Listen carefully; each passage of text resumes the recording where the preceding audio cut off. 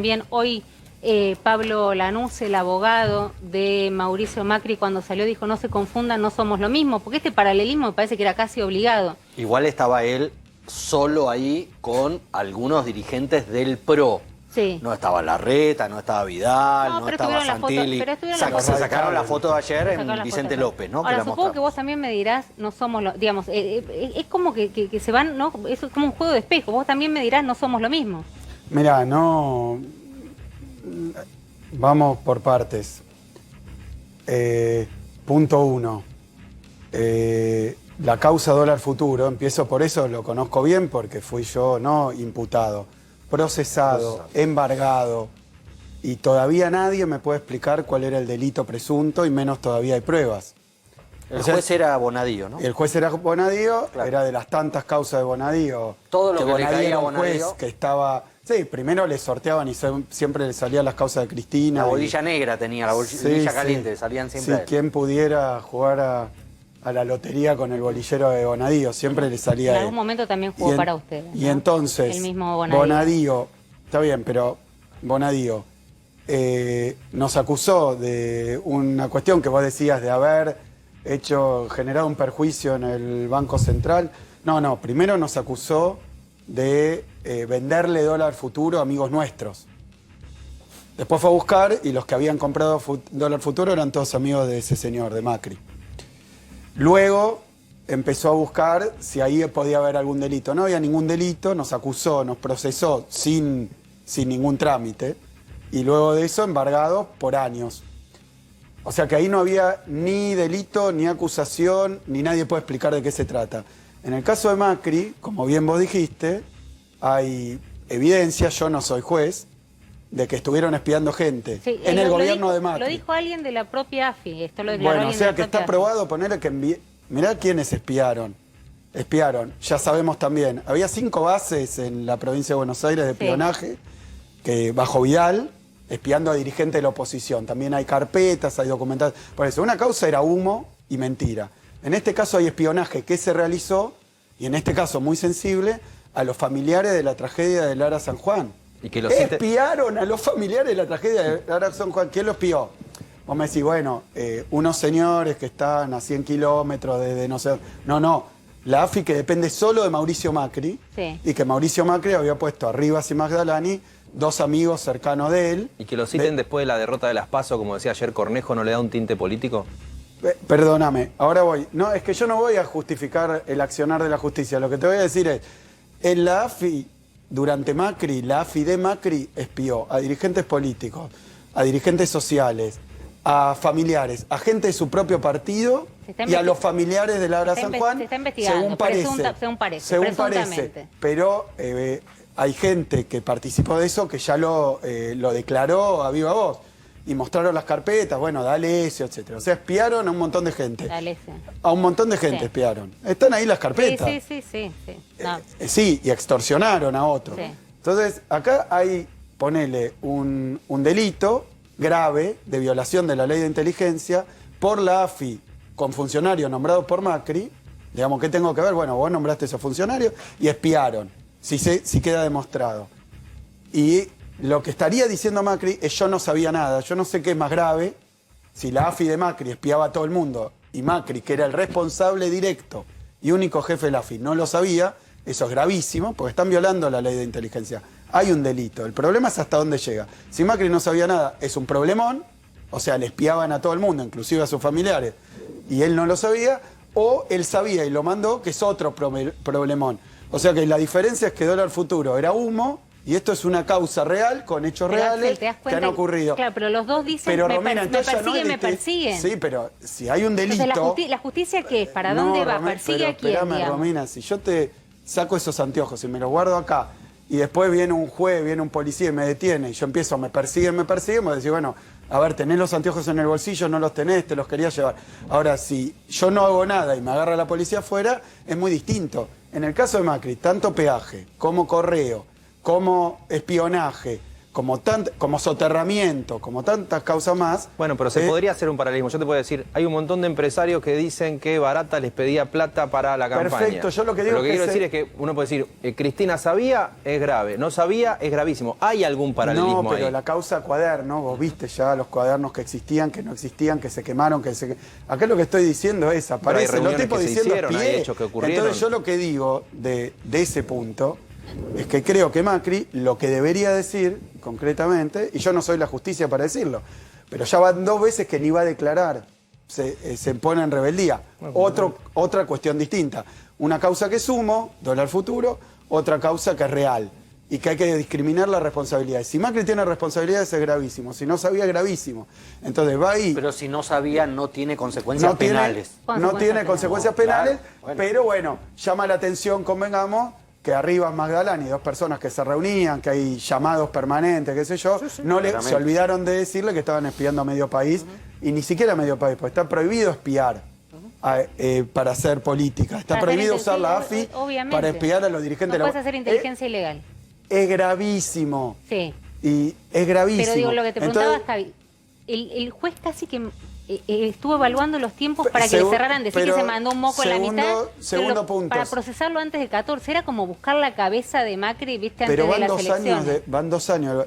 Cristina fue a declarar a Comodoro Pi. 2016. Decía, abril de 2016, 4 meses después de dejar el gobierno. Sí. Macri estaría yendo, porque además el amigo de Macri, Pepín, se llama Rodríguez Simón, está prófugo y no va a declarar. A ver, entonces, ¿qué es lo que vos podés decir?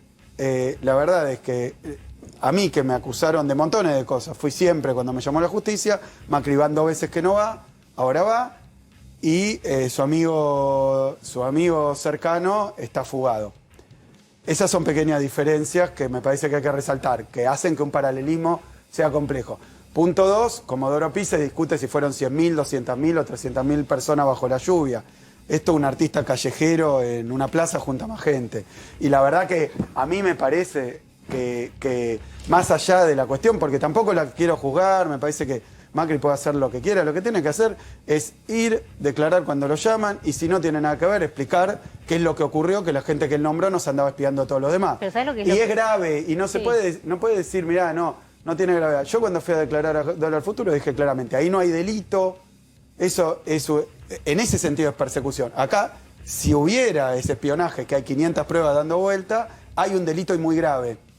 Y Macri es el responsable directo de la AFI, porque depende solo de él la AFI. Entonces él podría decir, yo desconocía, pero bueno, tiene que ir a explicar todas esas cuestiones.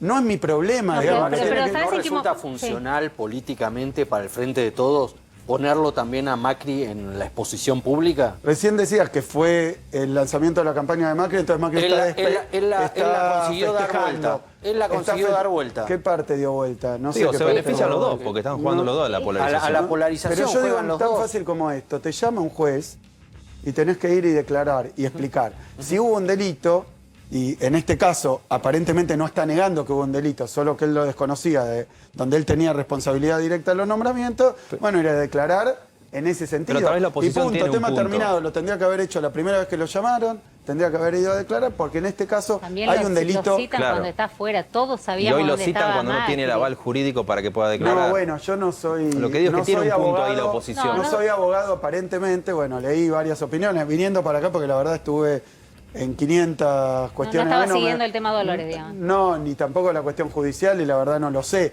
Pero lo que decía Graciana Peñafort, por ejemplo, es que el único que podía saber que tenía cosas para declarar que violaban el secreto era Macri. Entonces se presentó ahí y dijo, no puedo declarar porque viola el secreto. El fiscal le dice, diciendo ¿tenés Graciana, razón? El juez podría haber también pedido la desclasificación. Bueno, yo no sé, no soy jurista, no soy jurista, pero ves que es más político. ¿Cuándo se termina esto? Es que no es político. Bueno, mira, podemos ver, recién te preguntaba sobre la oposición, mira, Edgar Cornejo, porque digo, más allá de las cuestiones de uno u otro. No, pero Manes dijo tiene que ir a declarar. Los radicales todos dijeron que tenía que ir a declarar, se ve que eso lo forzó.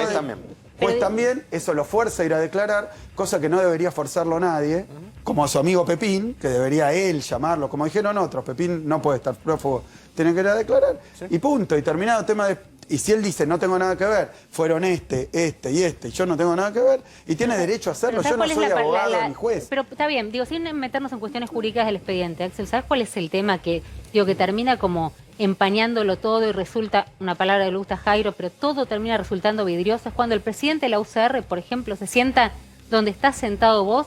Yo le pregunté, ¿no es temerario? Y me dijo, no. Y dice perfectamente que detrás de todo esto que estamos viendo, Macri, hoy, Dolores, Javi que dice la dio vuelta, del otro lado pensarán lo que cada uno tenga ganas de pensar, no tiene dudas en decir que este es un armado prácticamente maquiavélico y perfecto dijo? Del kirchnerismo. Mira, lo decía, es el corte que tenemos, ¿no? Cornejo.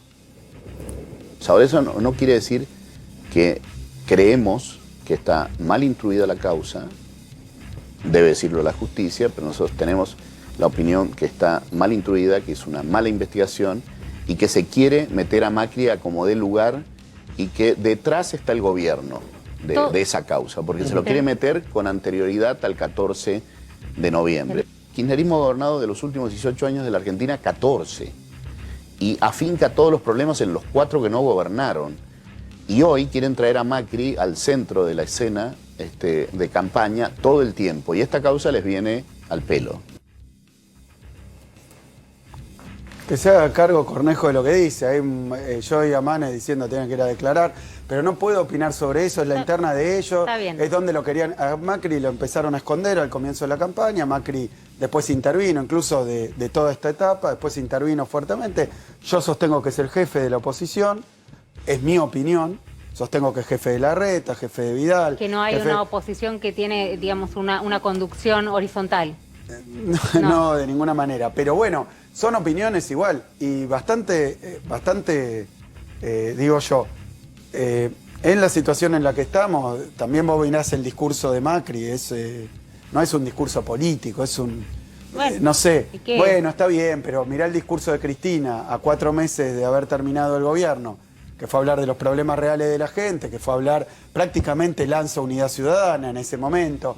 Es un discurso con un público que eran cuadras y cuadras y cuadras, de gente que se movilizó bajo la lluvia. Y no digo nada, simplemente no digo nada porque tampoco tengo por qué compararlo ni menospreciarlo, aunque haya juntado a 3 personas. Si alguien de Cambiemos o Juntos por el Cambio, Juntos dice, Axel tiene razón, fue más gente a ver a Cristina, no, es que Macri, yo no estoy... pero fuimos a las urnas y te ganamos. O sea, te puedo decir, che, pero todo eso es cierto, claro, pero en septiembre... No juntaste los votos. Pero bueno, por eso digo que el tema no es Macri, pero que lo digan, que digan lo que quieran. Yo lo que digo es que hay un problema, que es que en el gobierno de Macri se espió, aparentemente, si vos querés, pero hay muchísima, sobrada evidencia pública de que se espió, porque ya fueron a declarar y trascendieron las declaraciones de muchos agentes de inteligencia que dijeron que hubo espionaje. Ahora el problema es de quién es la responsabilidad. Es una violación grave de la ley de inteligencia, la CIDE no está para espiar a los opositores, no está para perseguir a los demás, la usaron para eso en el gobierno de Macri, los funcionarios nombrados por Macri. Si después Macri no tiene responsabilidad, lo tiene que probar. Yo puedo opinar sobre eso, pero no lo sé, lo tiene que probar. En vez de hacer un circo, ir y decir, mirá, no, arriba se Magdalena, espiaron a este, a mis parientes, a los de mi partido, pero yo no lo sabía. La verdad que lo hicieron todo eso a mis espaldas. Igual tiene una gravedad tremenda, pero como estaba planteando. Algo tiene que decir. Ahora está bien, digamos, pero es todo lo que tengo para decir. Si cometieron un delito, y es prácticamente, ya medio nadie discute que estuvieron espiando, y es un delito grave, digo, en democracia esto no pasó, excepto, bueno, pasó en la dictadura, pero no pasó en democracia. Espiar a los opositores, a los dirigentes sociales, hacer informes de inteligencia a cada uno de los que estaban del otro lado, no pasó. Y espiar a las víctimas del Ara San Juan, de una catástrofe, de una verdadera tragedia, y la verdad que me parece de una gravedad inusitada, y se pierde ese tema. Se pierde que en el gobierno de Macri, a las víctimas del Ara San Juan, lo que hicieron fue espiarlas. Y la verdad que ellos también se pidieron sobre esto, dijeron, bueno, por respeto a esta cuestión, vayan y no hagan circo, porque no es dólar futuro, que era una causa, te repito, nadie me puede explicar, sí, ningún especialista. Era un papelón para perseguir. En este caso hay un delito real, aparentemente. Pero yo no soy saquemos la Macri donde también se siente perseguido. Pero quiero ir, perdón, pero quiero ir porque la verdad pero a ver si espieron en su gobierno. Si espieron en su gobierno, la verdad que tiene un gran problema, porque eso no pasaba en democracia y es de una gravedad institucional grandísima. Él tendría que estar ahí repudiando a los que cometieron actos de espionaje en su gobierno si no es responsable. Como la responsabilidad es lo que se está discutiendo, me parece bien que él se lave la mano del tema, tiene el otro problema que su amigo arriba o su Magdalena estaban espiando. Y ya es sistemático. Abrieron bases de inteligencia en la provincia de Buenos Aires, 5 bases de inteligencia. Es uno de los puntos débiles, digamos, de la gestión de Mauricio Macri, el No, tema del pero espionaje. de nuevo, Y bueno, porque si tenés hubiera pasado, varios perdón, frentes. pero si hubiera pasado en nuestra gestión que se estaba espiando a los opositores de manera sistemática y ya hubiera seguido un escándalo, todos los demócratas, republicanos, un escándalo. Esto ni abrieron la boca. Algunos la episodios feos durante el bueno, pero de la CIDE, Milani. Pero no revolvamos cosas que pero todo lo que tengan para decir temas. lo dijeron. Ahora, todos los que se indignaban por eso o por cualquiera de esos temas, hoy cuando es bastante extendido, convengamos, la cuestión del espionaje, ni una palabra. Ni una palabra. Entonces eso también marquémoslo.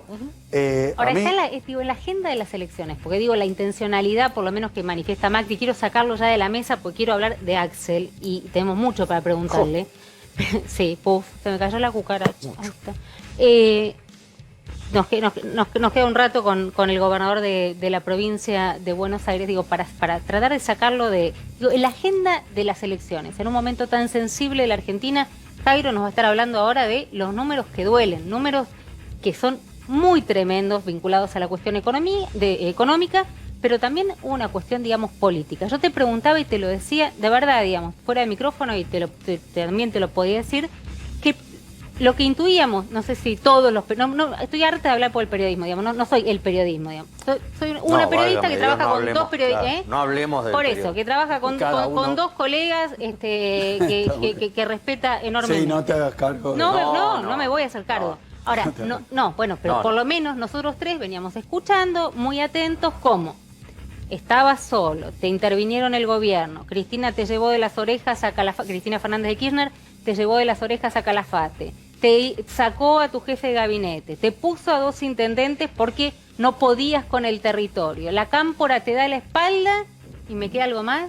¿Te parece tu poco? mujer sigue en tu casa, ¿no? Y se pudrió todo con Máximo. No, y se pudrió todo con Máximo. Bueno, ahí está. Te invito a hacer algo. Lee toda mi historia política, van 10 años que yo soy funcionario, escrita por Clarín y La Nación y los mismos columnistas que ahora dicen esto. No es solo eso, mi vida ha sido un calvario para ellos. No me quería nadie, en economía estaba aislado, me querían echar del ministerio, estaba peleado con los buitres, los gobernadores no estaban de acuerdo, los empresarios me odiaban, los intendentes.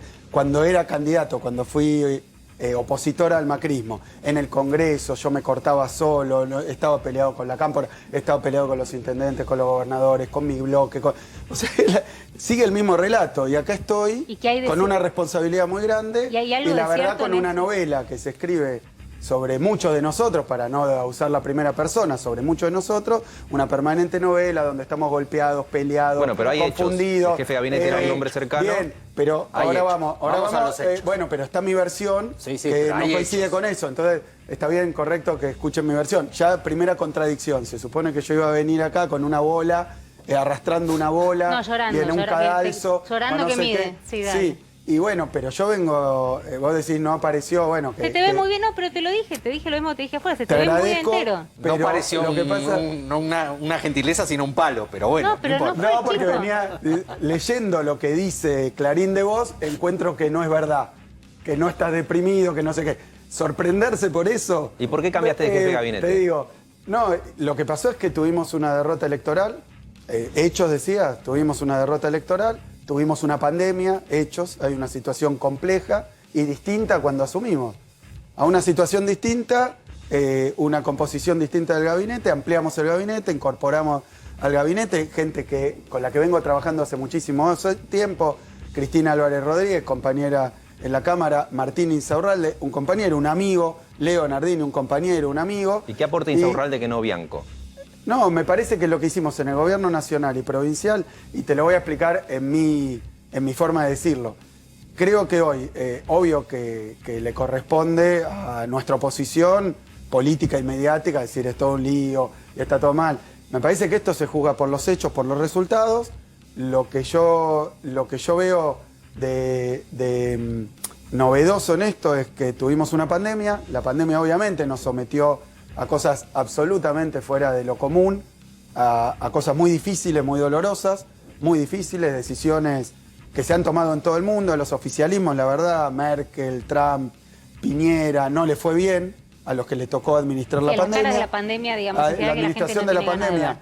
es compleja para los gobiernos nacionales, capaz a nivel local puede pasar otra cosa, pero para los gobiernos nacionales y los oficialismos ha sido una cuestión complicada, porque evidentemente te somete a decisiones duras, difíciles y dolorosas. Que nadie, no es que yo ignoro que tomar decisiones de suspender actividades o de tomar distancia o hasta de usar barbijos sean decisiones simpáticas y lindas. La verdad es que son decisiones que se toman con unos asesorados por especialistas que se han tomado en todo el planeta y han tenido sobre los gobiernos. Incluso ahora veía lo de Inglaterra, digamos, gobiernos que fueron muy aperturistas, gobiernos que fueron muy cuidadosos de la salud, todos con problemas económicos, políticos. La pandemia es una tragedia. Ahora, pero contestame esto, vos decís hechos, ¿no? Digamos, esto que se instaló porque también te debilita la imagen de una Cristina Fernández de Kirchner que te hace ir, que te lleva de los pelos a Calafate y que te dice que mal hiciste las cosas, perdimos por culpa tuya, cambiarle... eso es mentira. Bueno. Eso es mentira. Y ya lo dije 10 veces que es mentira. Lo que pasa es que... El público se renueva. Sí, pero bueno, vos fijate el poder que tienen estas explicaciones farandulescas, novelescas y mentirosas, que se instalan y estamos discutiendo sobre una novela escrita por alguien decir algo que sabés mejor, claramente... Pero sabés mejor que yo, no son los medios nada más. Hay mucho off y mucha gente que te rodea que viene y cuenta esta historia también. Paso a dar la No, pues no parece que leemos Clarín ni La Máximo Nación. Lanús dijo, si tenés dudas, el señor gobernador, chiflá que estamos. ¿Por qué tendrías dudas? Paso a las respuestas. Estamos saliendo de la pandemia. Tenemos, para ser concreto, 400 casos, niveles por ahí promedio, 300 y pico de casos, venimos de haber tenido 12.000 casos. Es más, votamos, la elección que tuvimos, se había decidido en consenso entre oposición y oficialismo que era conveniente posponerla, por eso estamos votando más tarde, para tratar de que no se superpusiera con la pandemia, porque votar en medio de una pandemia, todo el mundo entiende que es una complicación desde el punto de vista práctico, desde el punto de vista político, desde el punto de vista emocional, desde muchos puntos de vista, y las elecciones en medio de una pandemia, bueno, suenan un poco extrañas. Por eso se decidió posponerla. Se pospuso hasta septiembre y noviembre y la verdad que no alcanzó. Cuando votamos en septiembre todavía estábamos con medidas de cuidado, con distanciamiento y con muchos casos. Acordate que te preguntó lo de Calafate. Y con muchos casos. Sí. Ahí voy. Sí, es mentira, ¿no? Pero no es mentira que fuiste, no es mentira que fui. Vos le dijiste te caigo, Cristina, te caigo. Bueno, como quiera decirlo, sí, decidir. Entonces, votamos en medio de una pandemia, las PASO, y con una situación, digamos, yo lo dije durante la campaña, bisagra y compleja, en todos sentidos. Sigue siendo compleja en lo emocional, porque hemos tenido muchas pérdidas. Bueno, leía muchos artículos internacionales sobre las consecuencias psicológicas, sociales de la pandemia, tremendas. Es un momento para tomar una decisión de votar a quién voto, compleja, distinta. Ahora, por eso también las encuestas todas las encuestas dieron mal.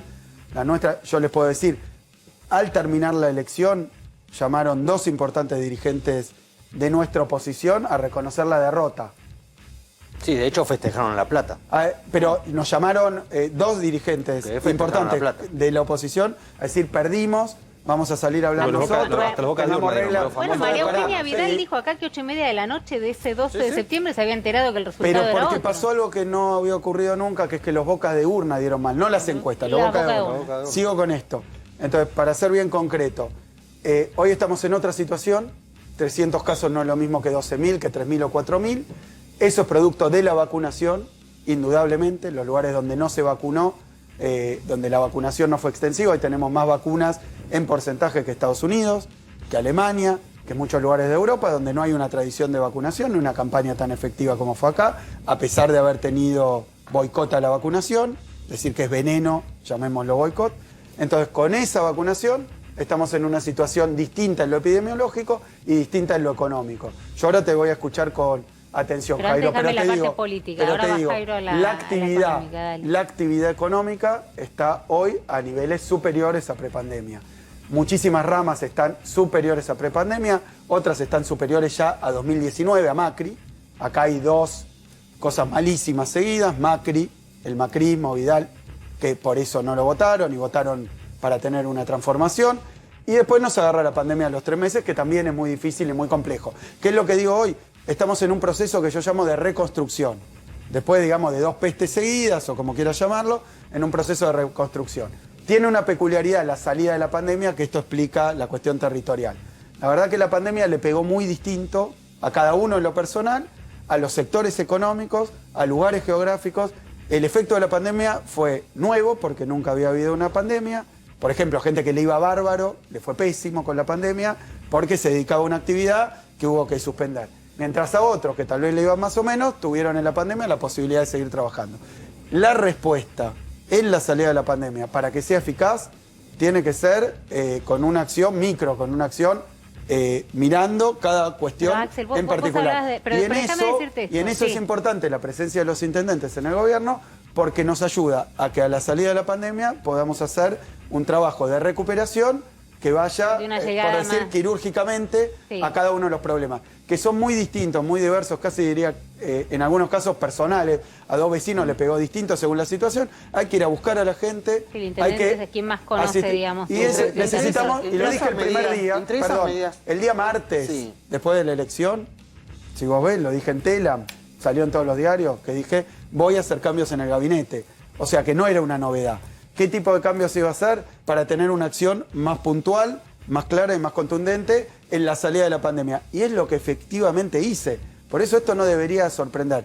Carly Bianco tiene otra función en el gobierno, Agustín Simone tiene otra función en el gobierno, y estamos trabajando para lo que la gente pide, que no me pide. ¿Qué pasa? ¿Qué opinás de que Macri llevó poca gente? Por eso digo, vos decís que mucha está fuera gente de la tiene gente. delitos. ¿Qué me dice? Acelere la reactivación, acelere la reactivación, cuide los bolsillos. Sí, la gente me pide, no sé. Lo que quiero decir, hoy estuve con empresarios. La gente te pidió en las elecciones o te pasó factura por el cierre de las escuelas. Espera, y no cambiaste a la ministra de Educación. ¿A vos te parece? Yo lo que quiero decir es esto. Me dejan ordenar una cosa, por favor, les pido, por favor. Un segundo, porque vamos a este tema. Mirá, justamente, hay 3 puntos. Uno entró Javi, que iba a ser el primero, justamente el que te manifiesta que no cambiaste a la ministra.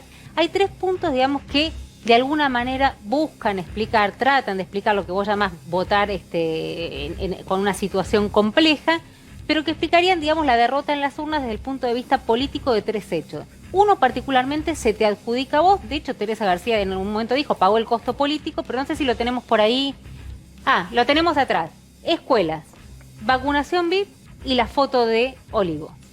Digo, 3 hechos que en el momento de votar enojaron tremendamente. Digo, quiero que me digas respecto de esto, habiendo visto, ya ha pasado un tiempo, ¿cómo reconstruís la confianza de la gente desde ahí? Y ahí entra Javi, dale, con escuelas.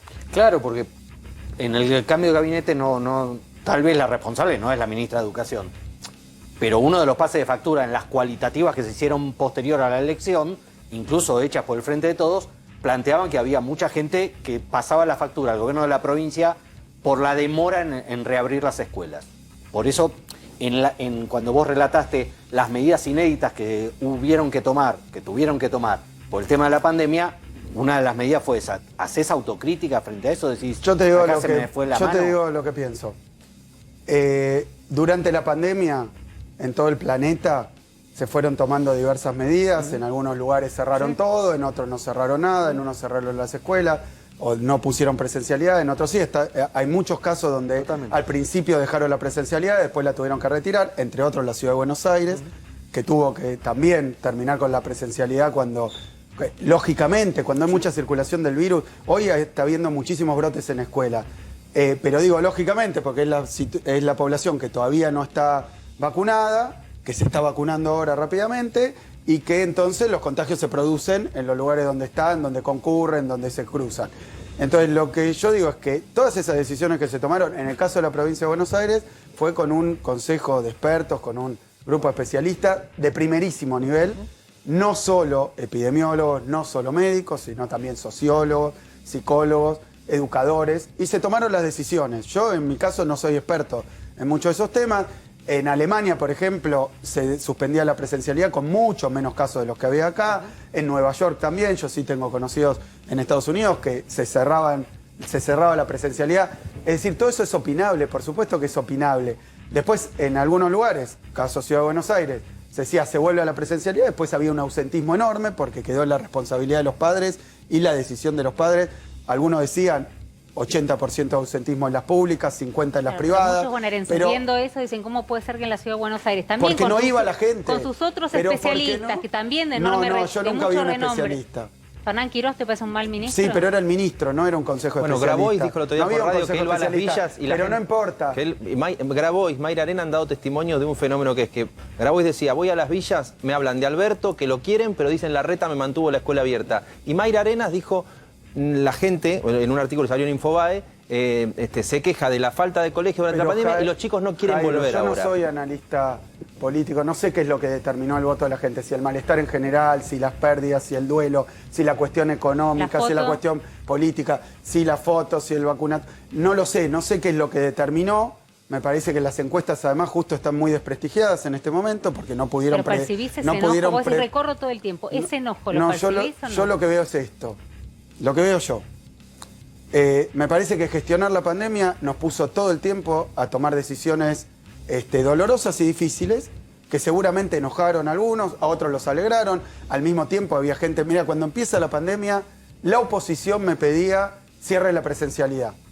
Cuando se cerraba la presencialidad, que ese año lo cerramos todas las jurisdicciones, decían, abra la presencialidad. Como el otro día dijimos, no barbijos, estando solo en la calle, sí barbijos. O sea que hubo una parte de la oposición que se opuso a todo. Después, en cuanto a las opiniones generales, ¿qué es lo que te puedo decir? Administrar bien una pandemia como la que tuvimos hoy en el mundo se está observando que ha sido absolutamente... Jairo, si te lo pregunta hoy, te dices, ¿fue una buena o mala decisión? Hoy, digamos, con el diario de lunes. No, ¿ves? Vos tenés un medidor de dióxido de carbono. De Juan Correcto. Zabaleta, nos lo trajo cuando era intendente. Bueno, nosotros y lo compramos tuvimos toda la- 33.000 sí. medidores de dióxido de carbono. Nosotros en septiembre contratamos un batallón de docentes para ir a buscar a los chicos a las casas.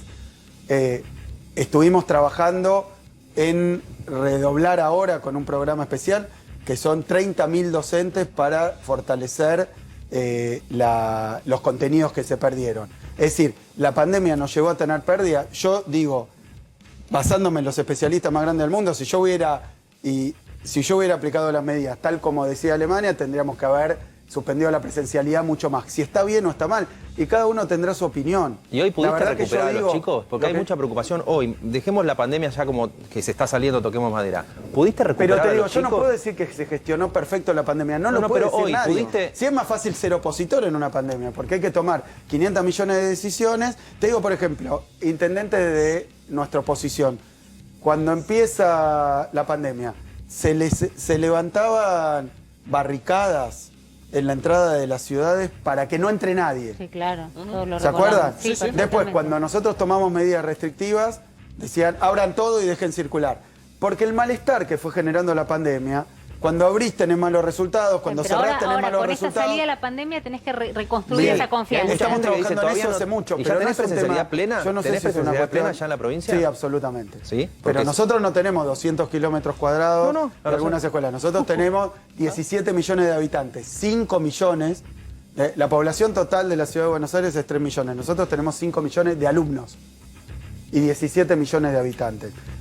Y además 300.000 kilómetros cuadrados. Es una situación incomparable, con lo cual yo lo que quiero decir es que estamos haciendo una inversión inmensa, una inversión real, palpable. Vos vas a cualquier escuela, además de los docentes que están trabajando con presencialidad plena. Después me dicen, hay una escuela en no sé dónde, sí, puede haber 100, 200 escuelas, pero lo que quiero decir es que tenemos 15.000. De Vos decís 15.000. que se vuelve a reconstruir ese vínculo de confianza. Digo, vuelvo a insistir, digo, con dos hechos que fueron, bueno, escuelas, escuchamos, pero digo, con dos hechos que fueron realmente muy los obscenos, responsables ¿no? de cada uno de esos hechos, yo Sí. lo que puedo decir es, nosotros nos guiamos por especialistas, tomamos decisiones y cuando va cediendo la pandemia, ni bien pudimos, retomamos la presencialidad y la retomamos haciendo una inversión enorme para recuperar. Que decían, pero ahora van los sábados. Y bueno, hay que ir a contraturno. En muchas escuelas se está haciendo contraturno, pero es un trabajo chico por chico. Y al que no va a la escuela, se lo va a buscar a la casa. Eso en la provincia de Buenos Aires, donde tenemos escuelas rurales, escuelas en lugares superpoblados, escuelas en lugares vulnerables, escuelas en pequeños pueblos. O sea, tenemos una Pero diversidad y no una quiero dejar de variedad. pasar los números, Sí, Jairo. incluso me puedo enganchar con los números A ver. atándolo a lo de educación. Hoy una docente que te quiere mucho en Quilmes, que tiene tu foto pegada en la heladera, me dijo, decile al gobernador que una maestra de grado de 10 años de antigüedad tiene un cargo y gana 50.000 pesos. Y yo como preceptora en una secundaria en Quilmes, con un grado gano 46.000 pesos. Ese salario docente bonaerense, tomándolo como ejemplo, está bien que tienen 2 cargos, entonces juntan 100 lucas, es otra cosa. Canasta básica, 70 lucas según el INDEC para familia tipo, vos lo sabés, pero lo repaso. Un docente bonaerense 50, un salario mínimo 25, 30 va a ser ahora con el último aumento, 33 en febrero. Esos números, la pobreza en 40, la indigencia en 10,7 y encima de todo eso la bomba de la idea de qué va a pasar con el dólar. El blue hoy a 198. Aprovechando tu experiencia como ministro de Economía. Ahora, ya me la economía 12, no, pero te pinto el panorama. Preguntas. Pero te pinto el panorama porque la economía se está reactivando. Pero es cierto que tenés ahí como unas bombas y salarios por el piso que me interesa escucharte. Jairo, cuando yo asumí de gobernador, cuando nosotros ganamos la elección, en parte una de las cuestiones que determinó es que sin pandemia, sin una situación de catástrofe mundial como hubo, porque, a ver, la economía inglesa cayó 9,9 puntos, la nuestra 10. Pero quiero decir, no es un fenómeno privativo y Inglaterra, uno de los países que más abrió en pandemia, se contagiaron todos, hasta el primer ministro, Sí. después cerró. Bueno, en todos lugares la peripecia y la administración de la pandemia fue compleja para los gobiernos nacionales, que tenían que tomar decisiones, incluso Trump tomó decisiones de apertura, algunos gobernadores no le hicieron caso. Terminando, para no detenerme en ese tema, lo que te quiero decir es, cuando nosotros asumimos, los salarios durante los 4 años de Macri y de Vidal, públicos habían caído 20%, los de la policía de la provincia 25% en poder adquisitivo, durante Macri y durante Vidal. Nosotros asumimos con el compromiso de recuperar el salario, no en 2 días, no en un año, recuperar eso que se había perdido. Los primeros meses empezamos en un proceso de recuperación de salario, después vino la pandemia, que representó una caída de la economía inmensa. Los maestros y maestras, en términos de poder adquisitivo, no perdieron, pero el año pasado ganaron, pero este año nos está costando, obviamente con los presupuestos públicos como están, pero veníamos, como digo, de una peste económica tremenda y nosotros agarramos la pandemia y aún así no se perdió salario. A nivel privado, hoy los salarios promedio están, este año, algunos puntos arriba de la inflación. Esperen un segundo, algunos porque no puntos quiero arriba, dejar de... No, bueno, sabemos que pero que si me sí, interrumpen es muy difícil contestar esa Dale, pregunta, que fueron 3. Dejémoslo terminar, si no hasta acá. He sido Dale, breve. He sido breve.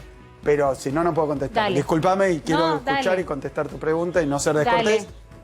Bueno, entonces, Que me llame. en términos de recuperación salarial, la caída de los salarios sin pandemia de Macri, con la pandemia de Macri, digamos, con la peste de Macri y Vidal, la verdad que todavía no se pudo recuperar. En algunas ramas, en el caso policía, hemos tenido algunos avances, obviamente con una pandemia en el medio que determinó una caída del empleo y del salario en el planeta entero.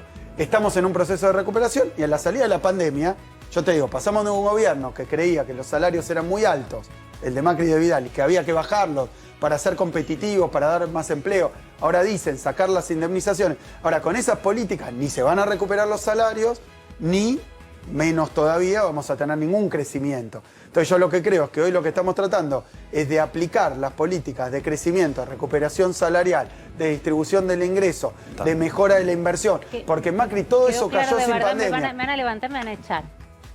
Se terminó el programa. Porque se terminó el programa, porque tenemos un programa más corto, tenemos que pedir más tiempo. Claro. Pero Yo reclamo más tiempo. ahí está. Vamos a empezar con las firmas, porque además este es no uno... sé, después, el que viene después va a decir, Este pero es ¿cómo? es Babi, cuidado ahí. No, déjenle el tiempo a Babi. Pero digamos que Kichi, de verdad.